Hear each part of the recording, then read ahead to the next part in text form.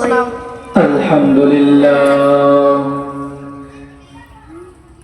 আলহামদুলিল্লাহিল্লাযী জা'আলা আশ-শামসা ওয়াল কমারা বিহুসবান one Nazma ওয়াশ-শাজারা ইয়াসজুদান وفضل زمانا على زمان كما فضل مكانا على مكان وإنسانا على إنسان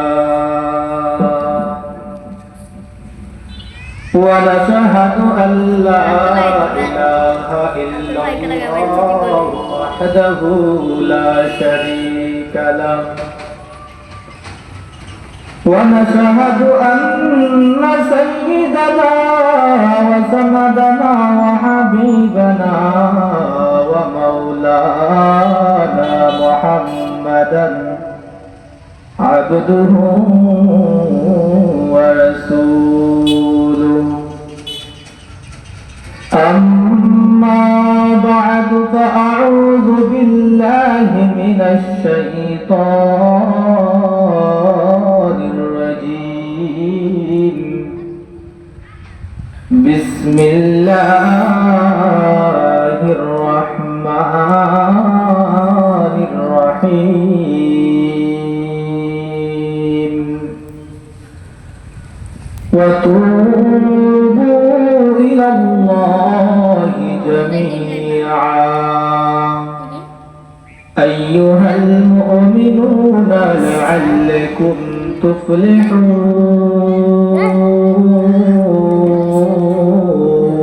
تفلحون بارك الله لنا ولكم في القرآن العظيم ونفعنا وإياكم بالآيات والذكر الحكيم أستغفر الله إن الله غفور رحيم صلى الله على سيدنا ومولانا محمد وعلى آله وأصحابه وسلم صلى الله على سيدنا ومولانا محمد وعلى آله وأصحابه وسلم لا إله إلا الله لا إله إلا الله لا إله إلا الله لا إله إلا الله لا إله إلا الله لا إله إلا الله لا إله إلا الله لا إله إلا الله أسمى من غير الله سجدا كربنا غير الله أسمى من غير الله سجدا كربنا غير الله سجدا كربنا سجدا كربنا لا إله إلا الله لا إله إلا الله لا إله إلا الله لا إله إلا الله لا إله إلا الله محمد رسول الله الحمد لمن قدر خيرا وقبالا الحمد لمن قدر خيرا وقبالا والشكر لمن صور حسنا وجمالا والشكر لمن صور حسنا وجمالا فرد صمد عن صفة الخلق بريء فرد صمد عن صفة الخلق بريء رب العزلي خلق الخلق كمالا رب العزلي خلق الخلق كمالا لا ضد ولا ند ولا حد لمولاه لا ضد ولا ند ولا حد لمولاه الآن كما كان ولم يلك زوالا الآن كما كان ولم يلك زوالا سبحانك لا علم لنا إلا ما علمتنا إنك أنت العليم الحكيم قال رب اشرح لي صدري ويسر لي أمري واحلل عقدة من لساني يفقه قولي আলহামদুলিল্লাহ মহান রব্বুল আলামিনের দরবারে লাখ কোটি শুকর জ্ঞাপন করি আজকের এই ইসলামপুর জামে মসজিদের মহাদিন পাঠিত ভাই এবং যুবক ভাইয়েরা এবং মুরব্বী বাবাজিরা আজকের মাহফিলকে সফলতা ভরপুর করার জন্য অনেক দিন দর্দি ভাই এবং বোনেরা অনেক দূরদান থেকে এই মাহফিলের এই মাহফিল থেকে দিনের ইলম শিক্ষার জন্য অনেক মুরব্বী বাবাজিরা এবং যুবক ভাইয়েরা অনেক দূর থেকে আগমন করেছেন আল্লাহ রাব্বুল আলামিন এই ইসলামপুর গ্রামের এই ইসলামপুর মহল্লার মধ্যে মহান রাব্বুল আলামিনের রহমত এবং বরকত আল্লাহ রাব্বুল আলামিনের নেক নিয়ামত এই মহল্লার প্রতি মহান রাব্বুল আলামিনের রহমতের ছাড়া দ্বারা আল্লাহ রাব্বুল আলামিন তার মধ্যে ঘেরাও করে রেখেছেন তো এই ইসলামপুর এবং এই অত্র মহল্লার মানুষের সৌভাগ্য কারণ আজকে একটা দ্বীনি মাহফিল কুরআন হাদিসের আলোচনা এবং কুরআন হাদিসের কথাবার্তা বলার জন্য সুবিধা করে দেওয়া হয়েছে ইচ্ছা করলে এই গ্রামের মধ্যে মহল্লার মধ্যে একটা গান বাজনার একটা কনসার্ট করা হতো কিন্তু মহান রব্বুল আলামিন তাদের কপালের মধ্যে আল্লাহ রাব্বুল আলামিনের রহমত এবং বরকত নাযিল হয়েছে তাদের ভাগ্যের মধ্যে মহান রব্বুল আলামিনের রহমত এবং বরকত নাযিল হয়েছে সেজন্য তারা গান বাজনার কনসার্ট না দিয়ে একটি দ্বীনি শিক্ষার জন্য দ্বীন সম্পর্কে শেখার জন্য ইসলাম সম্পর্কে শেখার জন্য একটা মাহফিল দেওয়া হয়েছে তো আল্লাহ রাব্বুল আলামিন যে তৌফিকটা দিয়েছেন এই মাহফিল করার জন্য যারা এই মাহফিলকে সৌন্দর্য করার জন্য যারা এই মাহফিলের মধ্যে টাকা পয়সা শ্রম দিয়ে এই মাহফিলের আয়োজন করা হয়েছে আল্লাহ রাব্বুল আলামিন ওইসব বান্দাদেরকে নিয়ে আল্লাহ রাব্বুল আলামিন ফেরেশতাদের সাথে আলোচনা করেন যে দেখো আমার বান্দারা এটা সৌন্দর্য, একটা সুন্দর মাহফিল দিয়েছে, যে মাহফিলের মধ্যে কোনো গান বাজনার কথাবার্তা হয় না, গুনাহের কোনো কাজ, যে কাজ করলে গুনাহ হয় সেই কাজ তারা করতেছে না। তো তারা কি করতেছে? যে আল্লাহ বলছেন যে দেখো আমার বান্দারা এমন সুন্দর একটা মাহফিল দিয়েছে, যে মাহফিলের মধ্যে আমি আল্লাহর পবিত্রতা ঘোষণা করতেছে, আমি আল্লাহর প্রশংসা করতেছে। নবীগণ দুনিয়াতে ছিলেন, তারা কিভাবে দুনিয়াতে চলাফেরা করেছেন, তাদের আমল আখলাক কেমন ছিল, তারা কেমন নেক আমলের প্রতি প্রত্যাশা ছিলেন, এই কুরআন হাদিসের কথা বলে তারা এই মাহফিলের মধ্যে বলতেছে এবং শুনতেছে। তোমার আল্লাহ রাব্বুল আলামিন বলেন যে তোমরা সাক্ষী থাকো, যারা এই দ্বীনি কাজের মধ্যে শরীক হয়েছে, আমি আল্লাহ রাব্বুল আলামিন তাদের পিছনের সমস্ত গুনাহগুলোকে মাফ করে দিলাম। এজন্য মুহতারাম হাজিরিন, এই দ্বীনি মাহফিল, এখানের মধ্যে বসলে সব, দ্বীনি কথাবার্তা শুনলেই সব, এই দ্বীনি মাহফিলের মধ্যে অংশগ্রহণ করা এটা সব। তো আজকে আমরা ভাগ্যবান যে এখানে উপস্থিত হয়েছি, আমার কিছুটা কথা বলতেছি বা বলতে পারতেছি, এটাই আমার জন্য আপনাদের একটা উসিলা হয়ে যেতে পারে। যাই হোক, আজকের এই মাহফিলকে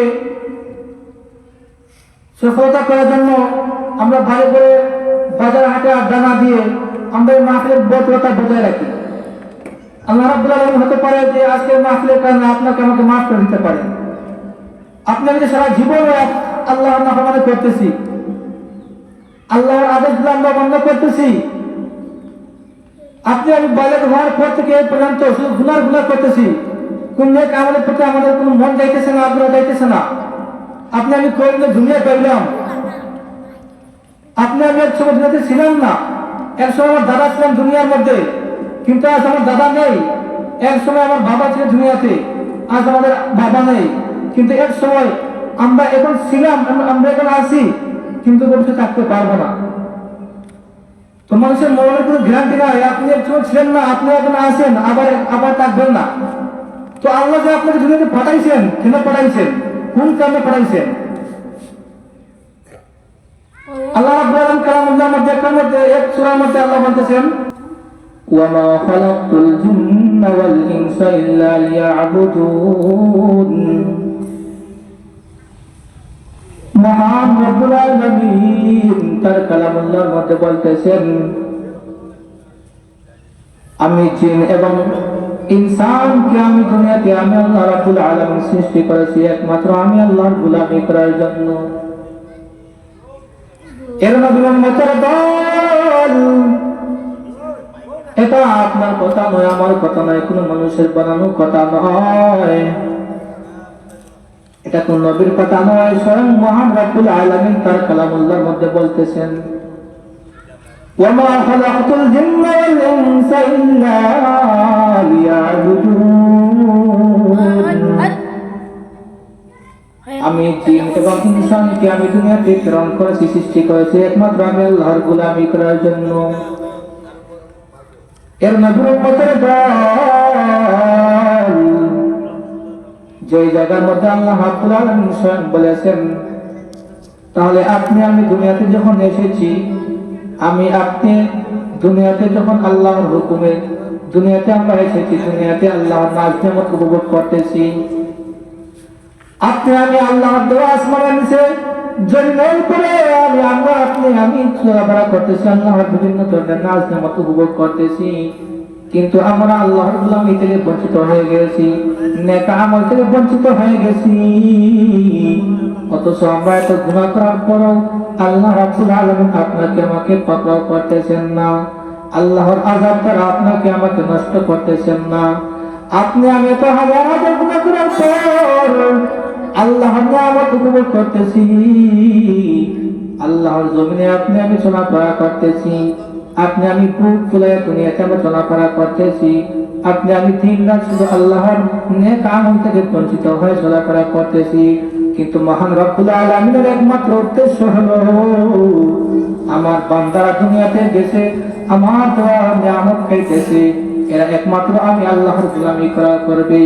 আমি আল্লাহর গোলামি শুধু 26 ঘন্টা গোলামি করবে না, স্বয়ং সময় মতো 5 ওয়াক্ত নামাজ আমি আল্লাহ ফরজ করে দিয়েছি।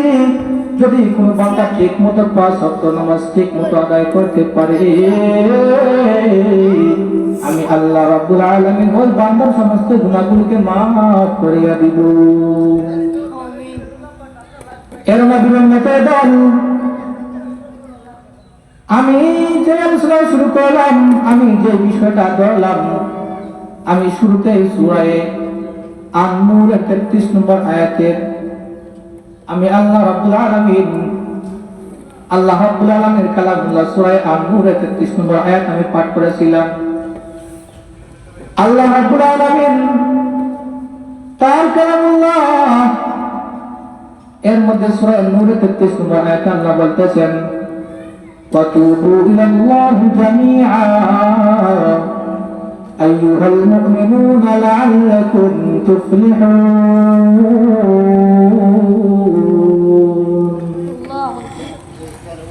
এর বিলম্বিত দল আল্লাহ রাব্বুল আলামিন তার কালামুল্লাহ মতো বলতেছেন, হে মুমিনগণ, তোমরা তওবা করে যাতে তোমরা সফল কাম হতে পারো। আর তারাই সফল কাম যারা অন্তর থেকে খালিসভাবে তওবা করে। আয়াতের অর্থ হচ্ছে যে হে মুমিনগণ, তোমরা তওবা করো যাতে তোমরা সফল কাম হতে পারো। আর তারাই সফল কাম হয় যাদের অন্তর থেকে, যারা আল্লাহর কাছে অন্তর থেকে খালিসভাবে তওবা করে দ্বীনের পথে ফিরে আসতে পারে, তারাই হবে আসল সফল কাম। এর বিলম্বিতের দল আল্লাহ রাব্বুল আলামিন আপনাকে আমাকে দুনিয়াতে সৃষ্টি করেছেন একমাত্র আল্লাহর গোলামি করার জন্য।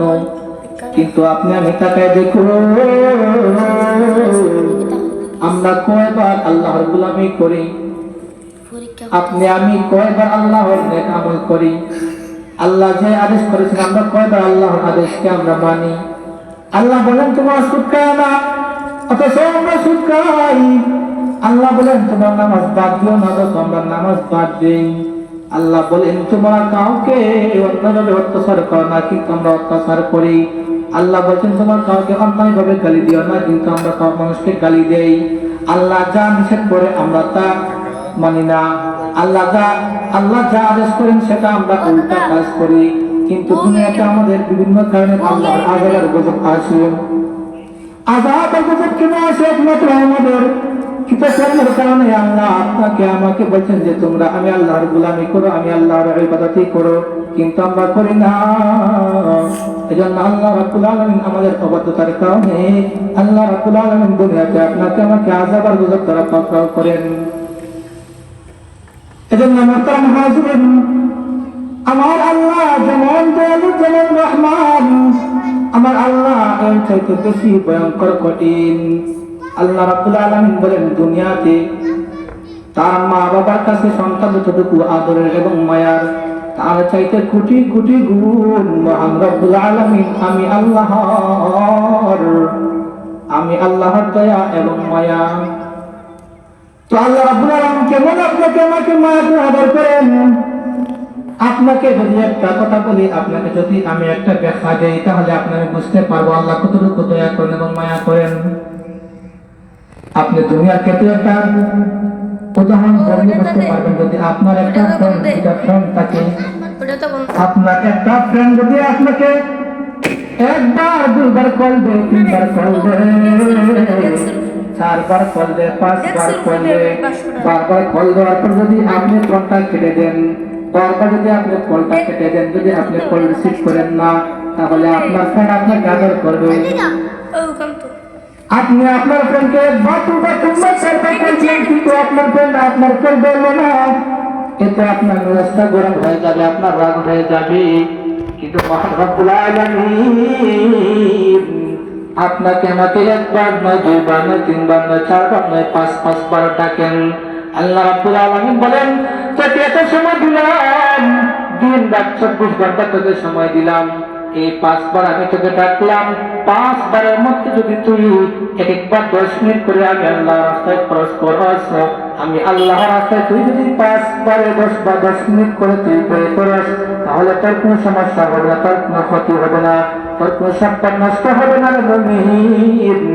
কিন্তু মহান রব্বুল আলামিন 1 বার না 2 বার না 3 বার না 4 বার না 5 বার ডাকেন, কিন্তু আমরা একটা বারে মহান রব্বুল আলামিনের কথা মানি না। সেই কারণে মহান রব্বুল আলামিন আপনাকে আমাকে গজব দ্বারা পাকড়াও করে। এর মধ্যে মতে দেন, আপনি আমি তুমি একটা আসলাম, তুমি একটা চলাফেরা করলাম, টাকা বানালাম, বাড়িঘর বানাইলাম, সব কিছু আমরা বানাইলাম, কিন্তু মূল কারণে যে আমরা দুনিয়াতে আসলাম, আপনি আমি যে দুনিয়াতে আসলাম কোন কারণে আসলাম আপনি চিন্তা করতে হবে। আপনি আমি আগে বলছি যে এক সময় আমার দাদা ছিলেন দুনিয়াতে, কিন্তু দাদা এখন নাই। আমার পিতা দুনিয়াতে এক সময় ছিলেন, আমার আজ পিতা নাই। আমার দাদু এক সময় দুনিয়াতে আসলেন, এখন আর দুনিয়াতে নাই। কিন্তু আপনি আমি দুনিয়াতে বর্তমানে আছি, হঠাৎ করে আপনার সামনে মালাকুল মউত চলে আসবে। তখন আপনার সামনে যদি মালাকুল মউত আসে, আমার সামনে মালাকুল মউত আসে, তাহলে মহান রব্বুল আলামিন দরবারে আপনি আমি কি নিয়ে যাব? আপনি আমি 70 বছর 80 বছর 90 বছরের পেছনে আপনি আমি শুধু দুনিয়ার পিছনে সময় নষ্ট করলাম, আপনি আমি শুধু দুনিয়ার পিছনে সময় ব্যয় করলাম, টাকা পয়সা খরচ করলাম, কিন্তু আপনি আমি যে চিরস্থায়ী কবরের মধ্যে বসবাস করতে হবে। আপনি আমি যে কবরের মধ্যে, যে কবর কোনো আরামের কোনো কবর নাই, যে কবরস্থানের মধ্যে কোনো আরামের কোনো বিছনা নাই, যে কবরের মধ্যে কোনো ভালো আলোর কোনো নাই, যে কবরটা হবে পোকা মাকড়ের ঘর, সাপ বিচ্ছুর ঘর। আপনি আগে চিন্তা করেন যে এত দুনিয়াতে আপনি আমি দুনিয়াতে এত ভালো বিছনার মধ্যে থাকতেছি, আপনি আমি এত ভালো ভালো বেডরুমের মধ্যে থাকতেছি, কিন্তু আপনি আমি যে মৃত্যুর পরে পোকা মাকড়ের ঘর, যে ঘরের মধ্যে শুধু বিচ্ছু সাপ থাকবে, আপনি আমি সেটা চিন্তা করলে তো আপনি আমি বুঝতে পারবো। এর মধ্যে মতের দল আপনি আমি জানি যে ঘরের মধ্যে পোকা মাকড়ের ঘর, কোনো আলমের বাদ নাই, তারপরে কেন আমাদের মন আল্লাহর দিকে যায় না? তারপরে কেন আপনি আমার অন্তরের মধ্যে জাহান্নামের ভয় ঢুকে না? তারপরে কেন আপনি আমি জাহান্নামের আগুনকে ভয় করি না? দেখেন আপনার দুনিয়াতে আপনি আমি ছিলাম, আসি, এখন কিছুদিন পর নাও থাকতে পারি, কারণ মরণের কোনো গ্যারান্টি নাই। যদি আপনি আমি দুনিয়াতে কিছুদিন হায়াত পাই থাকি, মহান রব্বুল আলামিনের কাছে যদি আপনি আমি অন্তর থেকে খালিস ভাবে মহান রব্বুল আলামিনের কাছে তওবা করে, যে হায় মালিক আপনি আমাকে দুনিয়াতে সময় দিয়েছিলেন, আপনার নাজ নামত আমি উপভোগ করেছি, আপনার অবাধ্যতা করেছি, আপনার কথা আমি নিষেধ করেছি, ঠিক মতো নামাজ পড়তে পারি নাই, ঠিক মতো আপনার গোলামি করতে পারি নাই।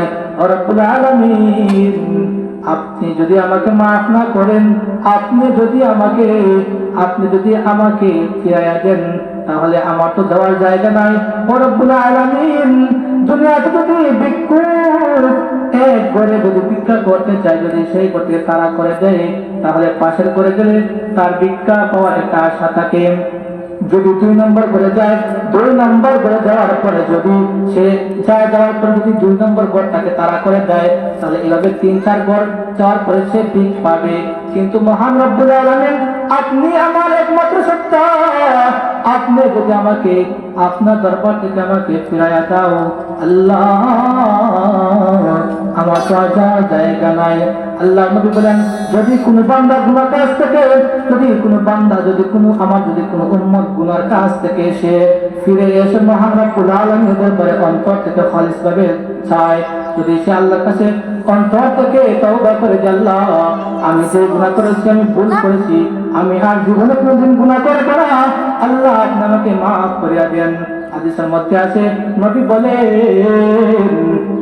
যদি ওই বান্দা আল্লাহর কাছে তওবা করার পর আর কোনদিন সেই গুনাহ করে না, আল্লাহ রাব্বুল আলামিন ওই আমার উম্মতকে এবং আল্লাহর ওই বান্দাকে আল্লাহ রাব্বুল আলামিন এমন ভাবে নিষ্পাপ বানান, যেভাবে মাসুম বাচ্চা নিষ্পাপ, তার কোনো দিতে গুনাহ নাই, ঠিক তেমনি ভাবে কোন গুনাহগার বান্দা যদি সে গুনাহ থেকে তওবা করে আল্লাহর দরবারে আসে, আল্লাহ রাব্বুল আলামিন ওই নিষ্পাপ মাসুম বাচ্চা এবং নবীদের মতো নিষ্পাপ বানায় দেন।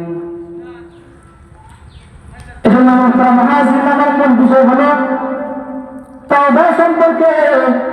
কিন্তু আমি ছোট্ট একটা আয়াত বলেছি, ওয়াতুবু ইলাল্লাহি জামিআ আইয়ুহাল মুমিনুনা লাআল্লাকুম তুফলিহুন। আল্লাহ রাব্বুল আলামিন নিজে বলতেছেন, হে মুমিনগণ তোমরা তওবা করো যাতে তোমরা সফল কাম হতে পারো। আর তারাই সফল কাম হবে যারা অন্তর থেকে আমি আল্লাহর দরবারে তওবা করবে। আমি আল্লাহ রাব্বুল আলামিন ওই বান্দার পিছনের সমস্ত গুনাহগুলোকে মাফ করে দিয়ে আমি আল্লাহ রাব্বুল আলামিন ওই বান্দাকে একদম নিষ্পাপ মাসুম বাচ্চার মতো বানায় দেই। এজন্য আমরা মহান ছোট্ট ঘটনা বলি। বনি ইসরাইলের এক লোক হযরত মূসা আলাইহিস সালাতু ওয়াস সালামের জামানায় আল্লাহ রাসূল আল্লাহ নবী হযরত মূসা আলাইহিস সালামকে বনি ইসরাইলের প্রতি প্রেরণ করেছেন। ওই মূসা আলাইহিস সালাতু ওয়াস সালামের জামানায় বনি ইসরাইলের এক লোক এত জঘন্য, এত নাফরমান, এত নিকৃষ্ট ছিল, সে 3 রাত 24 ঘন্টা আল্লাহর নাফরমানি কত গুনাহ করত। এক পর্যায়ে মহান রব্বুল আলামিন তার সমস্ত গুনাহগুলোকে প্রকাশ করে দিয়েছেন। মূসা আলাইহিস সালামের জামানায় যে বনি ইসরাইলের ব্যক্তি ছিল সে আল্লাহ সব সময় নাফরমানি করত, আল্লাহর গোলামি থেকে সে বঞ্চিত থাকত, সে সুদ খেত, ঘুষ খেত, জিনা করত, যত ধরনের নাফরমানি আছে সমস্ত নাফরমানি ওই ব্যক্তিটা করত। এক পর্যায়ে বনি ইসরাইলের লোক সবাই মিলে, বনি ইসরাইলের কম সবাই মিলে ওই ব্যক্তিকে ধরল। যখন বনি ইসরাইলের লোকেরা ওই গুনাহগার ব্যক্তিকে ধরল, ধরার পরে বলে যে তুই যা গুনাহ করতেছ, তুই যা নাফরমানি করতেছ, তোর দ্বারা আমাদের গ্রামে আমাদের মহল্লায় তোর কোন ঠিকানা নাই, তুই আজ থেকে তুই আমাদের বাড়ি ছেড়ে আমাদের গ্রাম ছেড়ে তুই চলে যা। আল্লাহর বান্দা গুনাহগার ব্যক্তি ওই বনি ইসরাইলের কওমের লোকেরা যখন তাকে ওই কথা বলল, বলার পরে ওই ব্যক্তিটা বলল যে কি হয়েছে, এখন আমি কি করব? তখন ওই কওম জাতিরা বলতেছে, বনি ইসরাইলের লোকেরা বলতেছে, তুই আজ থেকে তুই আমাদের গ্রাম ছেড়ে চলে যাইতে হবে, তুই তোর আমাদের এলাকা ত্যায্য করে তুই এখান থেকে যাইতে হবে। এরপরে ওই আল্লাহর বান্দা চিন্তার মধ্যে পড়ে গেল যে আমাকে সবাই ছেড়ে দিয়েছে, আমাকে গ্রাম থেকে তাড়া করে দিয়েছে, মহল্লা থেকে ত্যায্য করে দিয়েছে। সেটা চিন্তা করে সে অন্তরের মধ্যে সে দুঃখ বেদনা নিয়ে তাকে যখন ওই বনি ইসরাইলের কওমেরা যখন তাকে গ্রাম থেকে বের করে দিয়েছে, তখন ওই ব্যক্তিটা সে গ্রাম ছেড়ে সে জঙ্গলার দিকে চলে গেল। আল্লাহর বান্দা যখন সে গ্রাম থেকে চলে আসলো, তখন একটা বিরাট, এক সাইডে পাহাড়, এক সাইডে সাগর সমুদ্র, কিন্তু মধ্যখানের মধ্যে একটা জঙ্গলা। কিন্তু ওই ব্যক্তিটা, ওই গুনাহগার বান্দাটা সে গ্রাম থেকে সে চলে আসলো। যখন গ্রাম থেকে চলে আসলো, এরপরে কিছুদিন পর, কিন্তু ওই জঙ্গলার মধ্যে ছিল, কিছুদিন পর সে অসুস্থতা হয়ে গেল, তার ভিতরের মধ্যে একটা অসুস্থ ভাব হয়ে গেল, সে অনেক বিপদের মধ্যে পড়ে গেছে। যে আল্লাহ, সামনে সাগর, পিছনে সাগর, বিশাল বড় বড় পাহাড় পর্বত, আল্লাহ আমাকে তো গ্রামের লোকেরা ত্যায্য করে দিয়েছে।